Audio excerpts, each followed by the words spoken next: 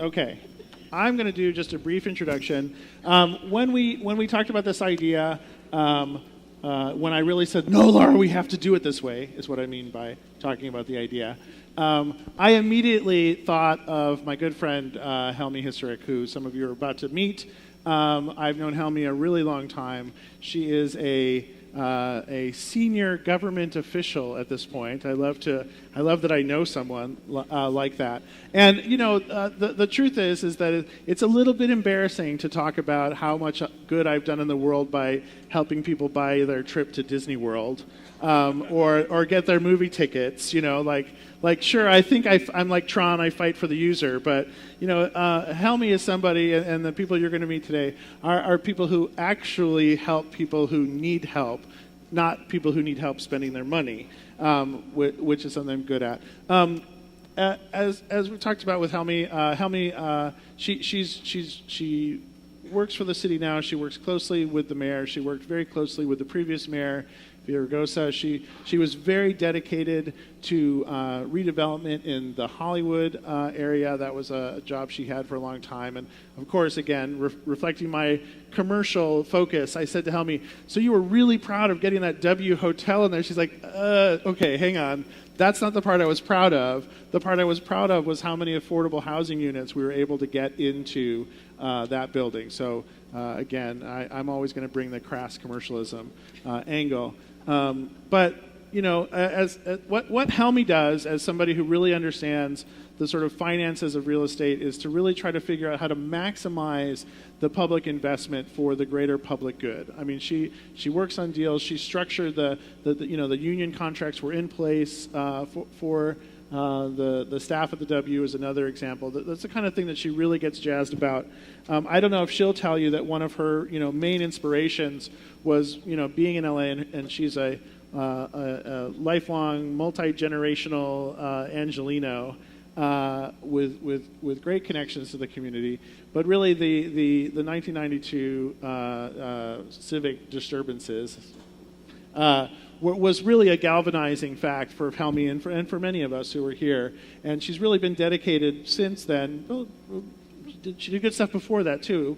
But she's an amazing person. She's bringing with her a couple of other people because, of course, she also, again, doesn't want to make this about her. She's somebody who puts things together to maximize. So she's maximizing her public involvement in this event today by bringing Michelle and Raisa.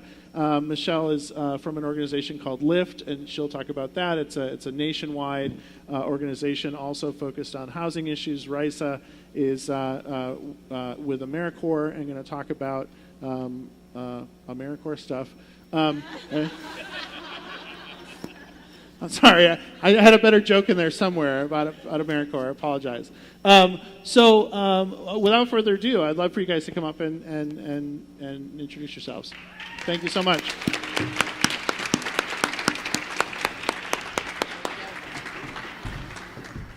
you so much. Oh, excuse me. We're both mic'd. Hang on. There we go. Hello. Nice to see all of you. I've been sitting here in the front row listening to all these acronyms that I've never heard before, so I really haven't a clue what you're all doing. I work in government. We talked about .edu and other organizations. I work in a .gov. I have for a long time. I work for the City of Los Angeles doing affordable housing, as Chris mentioned, and I have the distinct pleasure of being responsible for the development and the financing of affordable housing for the City of LA. And we have a stronger, better department than San Francisco.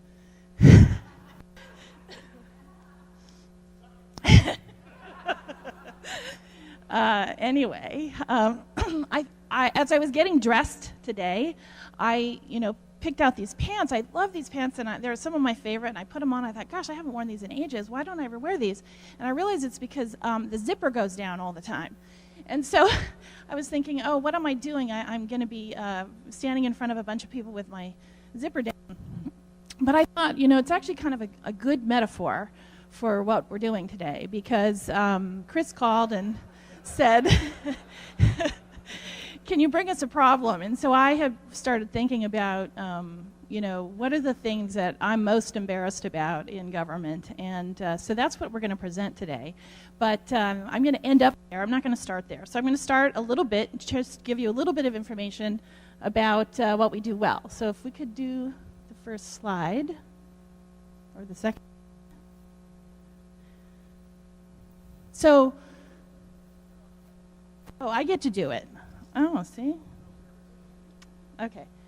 So what we do well in the City of Los Angeles Housing Department is finance incredible development. We are extremely efficient financially. We build beautiful housing. The two projects I'm going to show you, this one is at Hollywood. They're both actually at Hollywood and Western. This is a multifamily housing development that serves very low-income families.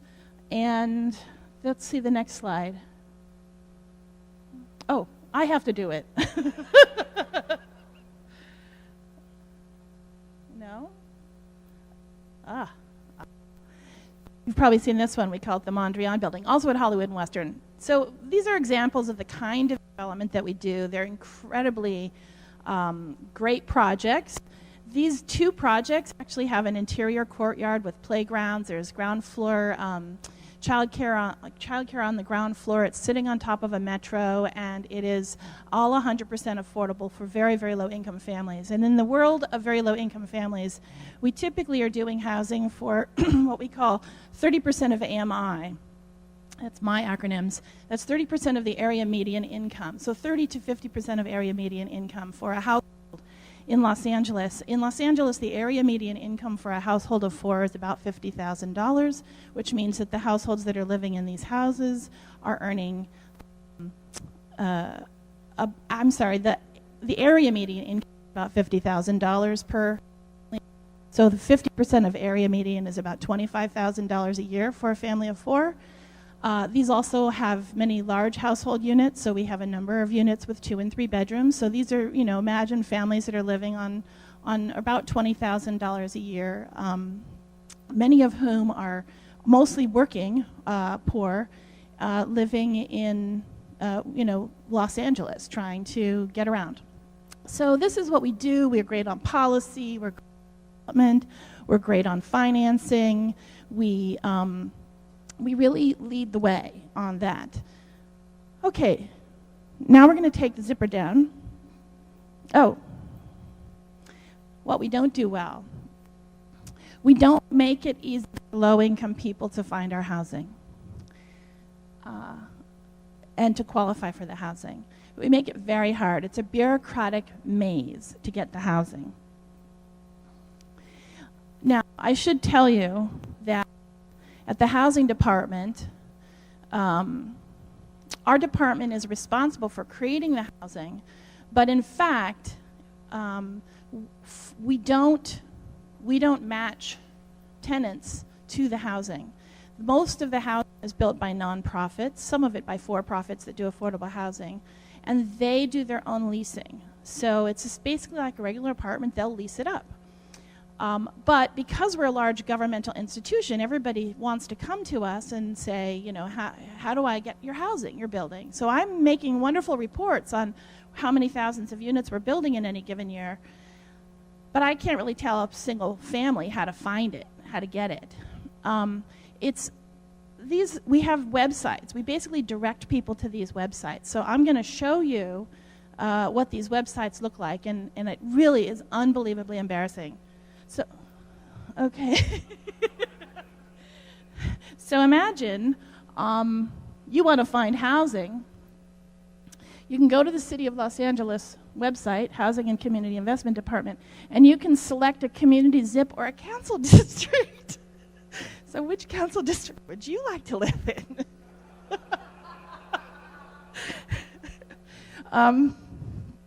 You can... I can't even do this with a straight. You can select. It's unbelievable, isn't it? You can select an apartment type, or you can select a number of bedrooms. If it weren't so bad, I mean, I have to laugh because it actually would make me cry. So this is sort of how our system does it. So clearly not very many people really use this system. So let's go back. Oh wait, let me just check here. You can pick whether you want an SRO. Do you know what an SRO is? Okay, so now imagine you went to another country and tried to understand what SRO meant in their language. Many tenants are non-English speaking. But you just click the number of bedrooms. So anyway, this is how you can have a 0-bedroom unit, which is basically a single. Well, the other thing is that depending upon what your income earned is, and depending upon how big your family is, you can't qualify for everything. So, you can't qualify for a 2-bedroom if you only have, if you have a 2-adult family. Even if you're unrelated, you can only qualify for a 1-bedroom. So, there's all kinds of rules and regulations, and then also what your income is allows you, to get the housing. So skip this one. Nobody uses this site. I don't even know why we have it. Whoops. So the next one, socialserve.net, is probably the more widely used network. And let's see. You can click on, like, if you wanted Section 8, you can click on Section 8. If you want a list, I guess you can get a list. So it's probably a little bit better, but still, imagine, you're trying to find a housing. Is this really realistic for trying to find apartments? But you can report a complaint, which is good. Okay. All right, let's go back to, and you can, this is national, so you can look anywhere in the country. You don't have to look by city council district. Okay. Similarly, affordable housing online is kind of a similar, I think it's a national, that we already just did that one. So it's basically a national search. You put in the state you want to live in and what kind of an affordable housing unit. I think what it returns is a list of addresses with phone numbers, actually. So at the end of the day, what you get is you have to make phone calls to every single housing out there. So go back to our HUD.gov. This is the federal agency's website.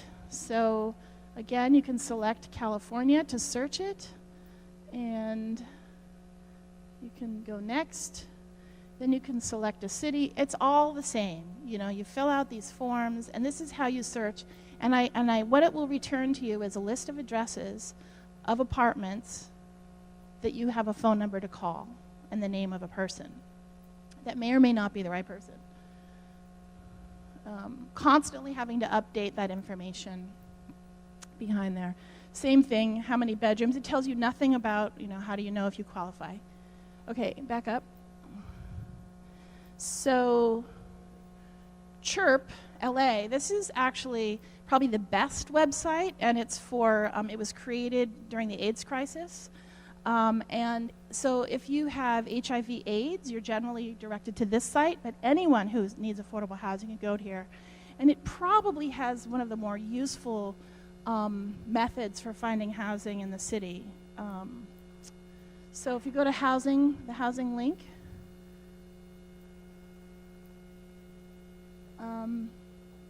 and you search housing, and it sort of tells you the different kinds of housing. At least this one gives you some information, like what's emergency housing, what's transitional housing, what's market rate housing, what's Section 8, what's subsidized. So there's it kind of gives you some information. And then let's click on the subsidized housing on the bottom. But how do you know if you need subsidized housing? I mean, who would know that?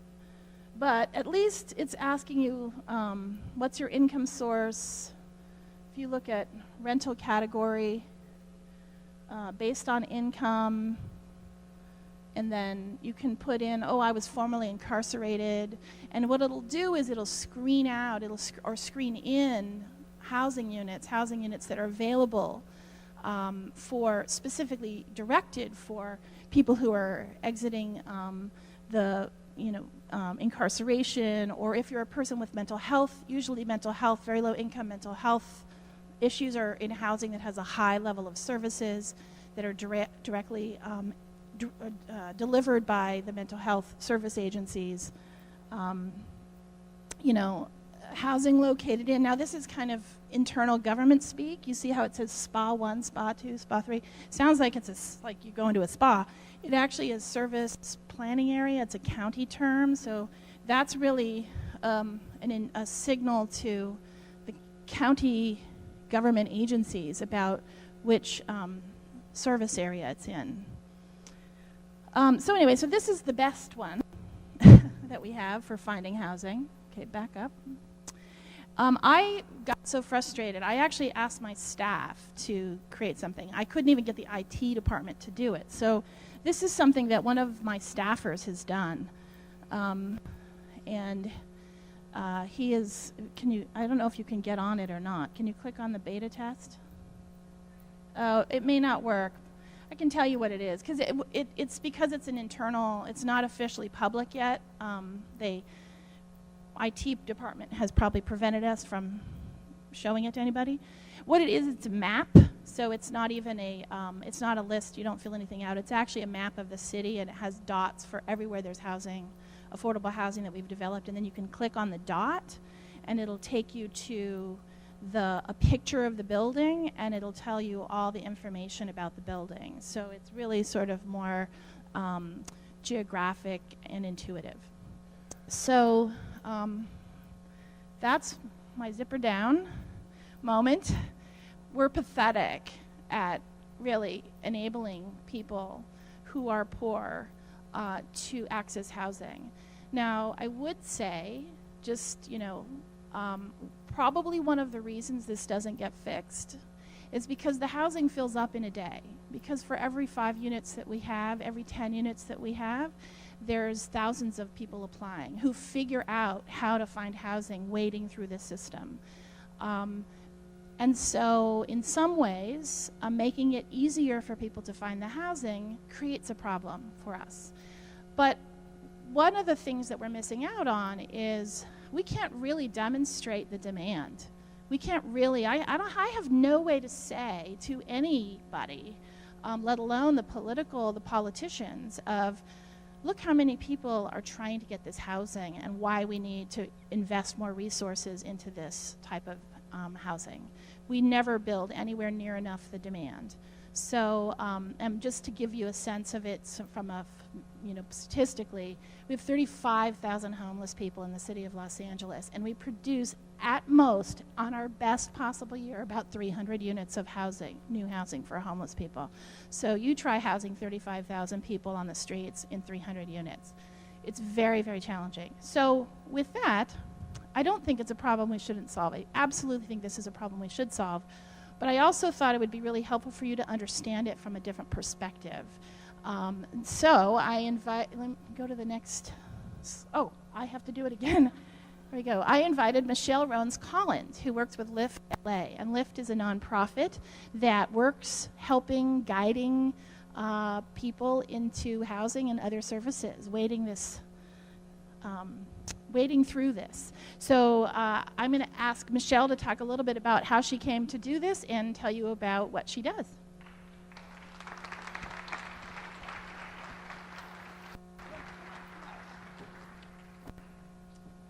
Do the stage dance here. Well, first of all, as daunting as this problem is, I think that there's a real hopeful moment in what's happening today. The fact that there's a high-powered, is that what you called it, Chris? Government official, seasoned government official who invited a community organization to partner with the private sector to really figure out how we could break open some solutions to these problems is just really exciting and hopeful. So what is LIFT? LIFT is a national organization. We've been around for 15 years, and we take a people-powered approach to solving many of the different issues that are involved with people who are struggling in poverty. And what does a people-powered approach mean? We work with volunteers who become advocates for community members in a host of different issue areas, from housing to employment, unaddressed healthcare needs, childcare, legal issues, and areas of their lives that are very, very intertwined. But once they're operating in the world and seeking for help, looking at a very kind of fragmented social service system. So when they come to Lyft, it's kind of like a one-stop shop where we can meet your immediate needs, but then also build out a bigger picture of what it means to not just get by in your life and fall back into the cycle of poverty, but really reach a place of self-sustainability and well-being, and a picture of thriving. And that takes a long time because many of these issues are very, very complex. And as you can imagine, within the population that we're working with here in LA, housing and employment are very much the biggest issues that our members are facing. That's the one that they come to us the most for assistance. And I have to say it's also the one that causes us the most struggle because there's just not enough housing units available.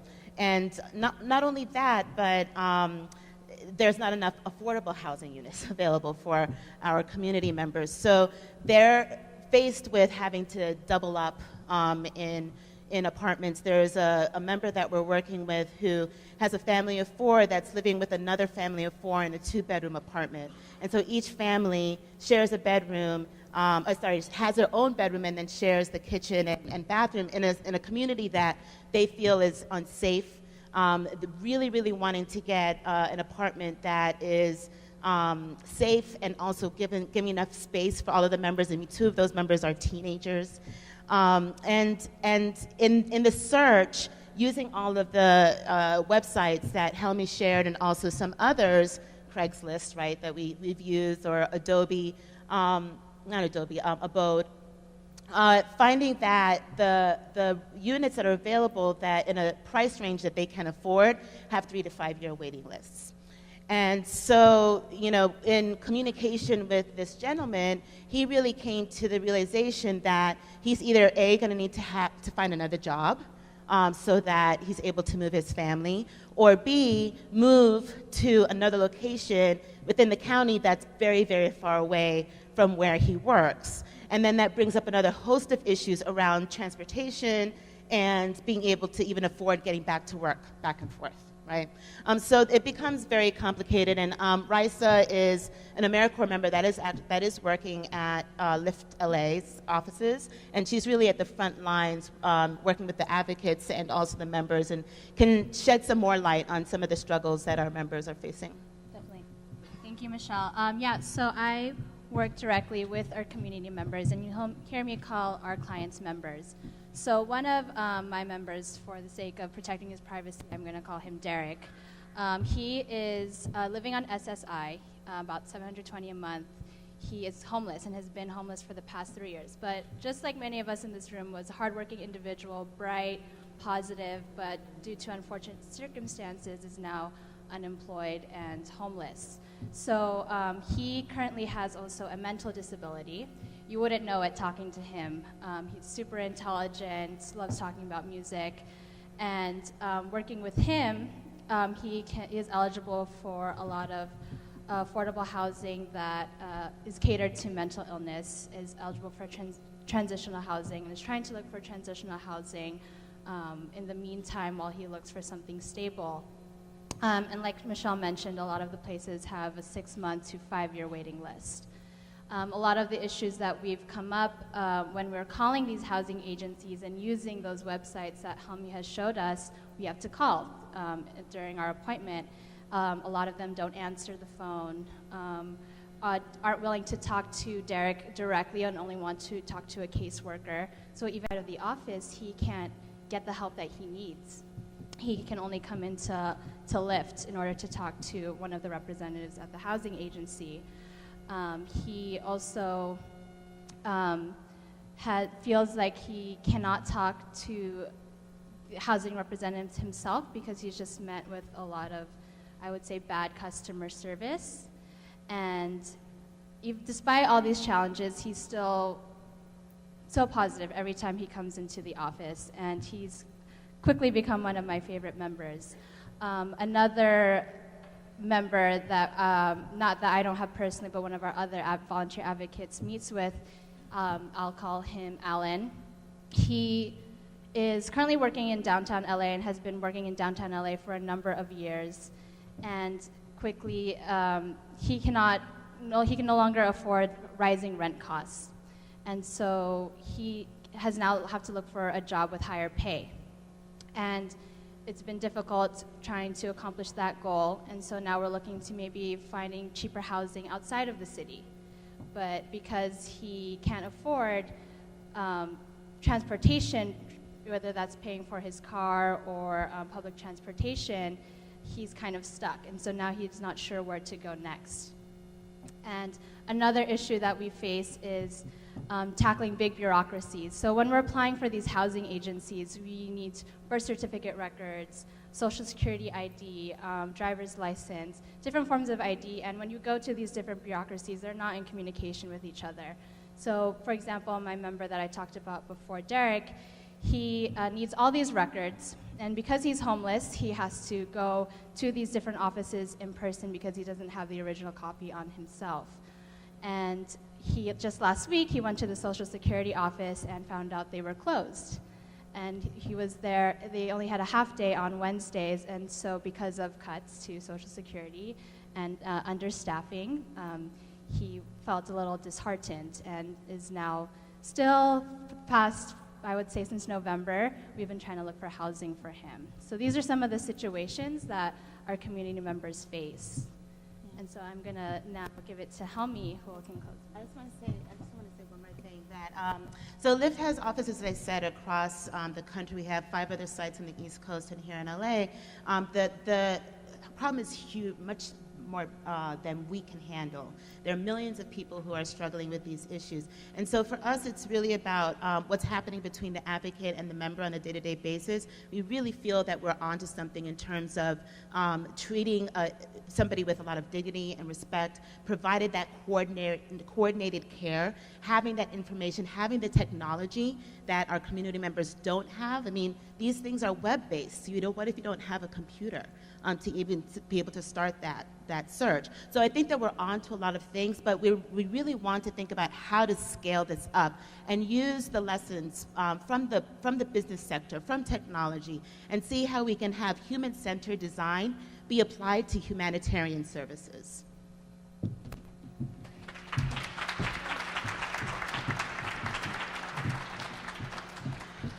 So I think what we wanted to do was put a big problem in front of you, and hopefully by the end of the day you will all have solved it for us. So thanks very much. But actually what we wanted to do was kind of show you 2 faces of the same problem. I think you could look at this as the members or the people looking for housing as your client. How can they use the system? What kind of IA would work for social workers or for folks that are looking for housing that are low income? Another way to look at it is from the perspective of sort of big government bureaucracies. How do we, how can this information, how can I use this information? I can't be a gatekeeper for the thousands and thousands of people matching clients to housing. I want it to be a more organic process, but I definitely want some data to come out of this that's useful to us. And then, lastly, I would just say this idea of sort of how do you link together some bureaucracies? I think what the point of this saying you need all these documents, you need to document your income, you need to document your ID that you are who you say you are, if you have Social Security or whatever, all those kinds of information. How do we capture that information and make it so it's really usable for both the government side and also so individuals can have it. So good luck, and thank you for letting us be here.